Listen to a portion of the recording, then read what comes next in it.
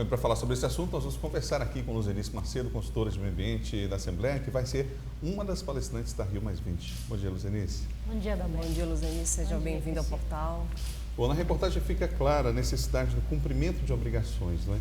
E até agora parece que da Eco 92 para cá não se cumpriu muito o dever de casa, se é que se pode falar assim. É possível pensar que a partir de agora podemos construir juntos, todos nós, um mundo diferente? Olha, a gente prefere acreditar que sim. A Rio 92 foi um divisor de águas, porque lá se firmaram muitos compromissos. Foram lá firmadas convenções importantíssimas, a Convenção da Biodiversidade, a Convenção de Combate à Desertificação, a Convenção em relação às mudanças climáticas, a Agenda 21. São documentos referência no tema no mundo. Então, a gente vê que em alguns aspectos pouco se avançou e agora os países são chamados à responsabilidade para criar os instrumentos devidos para que isso saia do papel mais do que já saiu.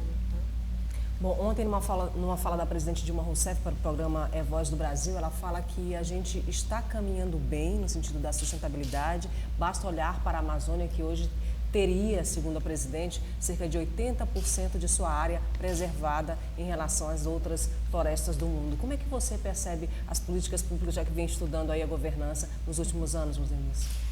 Um pouco controverso. De um lado há avanços, de outros há retrocessos. Por exemplo, quando a política econômica incentiva toda a indústria automobilística para que as pessoas adquiram mais carros e a gente não tem uma força no mesmo, um empenho, por exemplo, para serviços públicos, de transporte público, transporte em massa, a gente tem esses pontos controversos da política. Ao mesmo tempo, ela sinaliza para áreas mais protegidas e aí coloca em questão para o mundo que a grosso modo já desmatou as suas florestas, a gente ainda tem as nossas e o mundo, já que considera que as nossas florestas são importantes para o mundo precisa ajudar a gente a encontrar a fórmula de como preservar essas florestas. Não adianta só cobrar da gente que a essas alturas a gente preserve a floresta, porque isso tem um custo. Tem um custo gerenciar um modelo da maneira como segue a vida, segue os padrões de consumo, segue os sistemas de produção, se a gente não tem como assegurar que as florestas fiquem em pé, né? Essa conta tem que ser compartilhada. Os benefícios e os custos dessa biodiversidade têm que ser compartilhados com o mundo. E isso é um tema da Rio Mais 20. Né? É difícil entender que num planeta como o nosso, com a tecnologia avançada, como a matéria mostrou, nós não temos ainda um intercâmbio na medida da necessidade do planeta entre experiências exitosas no que diz respeito à sustentabilidade. Vou só citar um exemplo. O Brasil agora, esse ano, as empresas que fornecem combustível, elas são obrigadas agora a informar ao consumidor não só a qualidade do combustível, mas quanto ele agride o meio ambiente. Isso precisa ficar especificado por essas empresas. Na Europa isso já é fato há mais de 10 anos, quer dizer, não há um atraso em relação a esse aspecto? Isso é um pouco da medida da nossa transparência, né? A gente tem que lutar mais por transparência em todos os sentidos e também usar mais eficazmente os meios de comunicação, todos eles. Hoje a gente visualiza todo mundo com um aparelho celular e a gente tem que ampliar essas conexões para informação de qualidade, né? A gente tem que viabilizar a informação de qualidade através desses meios que já estão popularizados. Todo mundo tem um aparelho celular.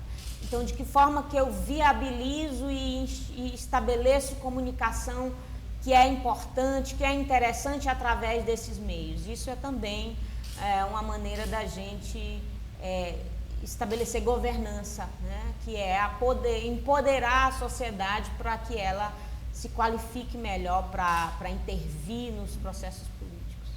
Bom, Luzenice, ontem o Ministério Público e o Ministério do Desenvolvimento Social lançaram um relatório que tem o título de Positivando o Desenvolvimento Humano, né? E esse relatório, ele revela que em várias regiões, dá dados a respeito de várias regiões, principalmente do Maranhão, onde há implantação também de grandes projetos, por exemplo, ali na região do Baixo Parnaíba, e esses índices sociais estão lá revelados como índices que aumentaram a partir da implantação desses grandes projetos. falar de desenvolvimento e falar de sustentabilidade ainda é o grande desafio agora da contemporaneidade? Totalmente. A sustentabilidade, por tudo que se debate, pelos poucos consensos que tem em torno do tema sustentabilidade, um dos consensos que se tem é que ter uma vida sustentável, na perspectiva de que a gente tem que considerar que a Terra tem um limite.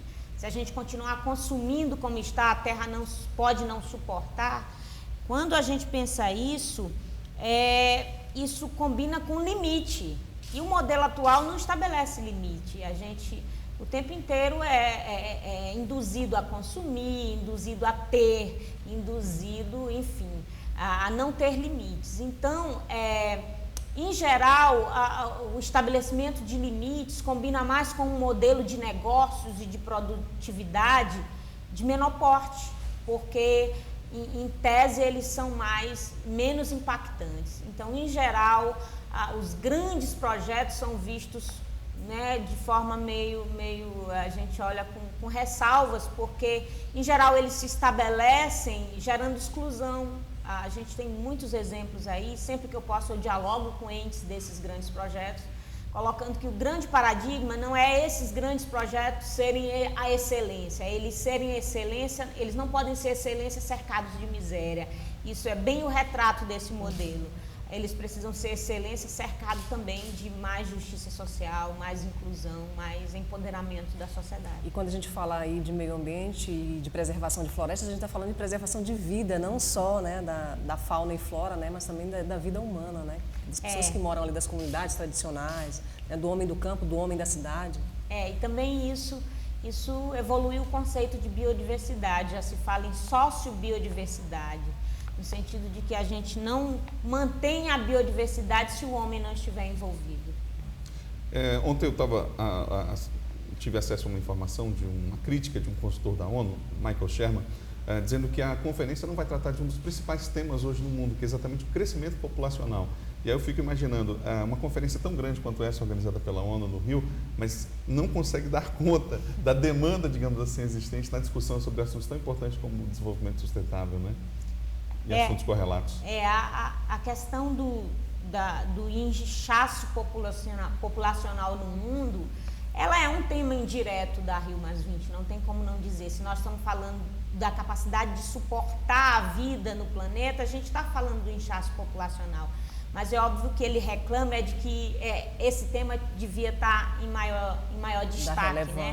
Porque mais gente consome mais água, consome mais recursos naturais, consome mais serviços de gestão de resíduos, consome mais habitação, consome mais, enfim, consome, né? A natureza parece confundir a gente e as pessoas acham que estão na Terra para consumir. Há todo um jogo midiático em torno disso. Então, eu acho que está lá contemplado. Pode não estar no seu devido lugar, mas está contemplado. Bom, e falta a gente ter consciência de que a gente é dono do biscoito que a gente compra e também do pacote, né? A gente tem que saber o que fazer com esse pacote do biscoito que a gente compra, né? Exatamente. A WS vale a pena ressaltar que a Luzenice, além da palestra, né? 10 anos é isso, né, Luzenice, de pesquisa, né? Que você vai apresentar lá na Rio+20, também vai estar em outra frente com a gente aí pelo Instituto Maranhão Sustentável. A gente vai apresentar aí uma pesquisa, vai realizar uma pesquisa lá na Rio+20, na Cúpula dos Povos, experimentando aí, né, o modo de fazer comunicação das organizações que vão estar lá, não é isso? Exato, a gente quer saber como que a sociedade civil se comunica no mundo, um mundo que é muito desigual, e a gente vai estar lá dialogando com esses povos e saber de que forma que eles usam mais eficientemente os meios de comunicação e trazer essa experiência para cá, para empoderar a sociedade com esses novos meios, multimeios, né? Obrigado, Luzenice, pela presença aqui no Portal da Assembleia. Boa sorte lá no Rio, bom trabalho para todos nós.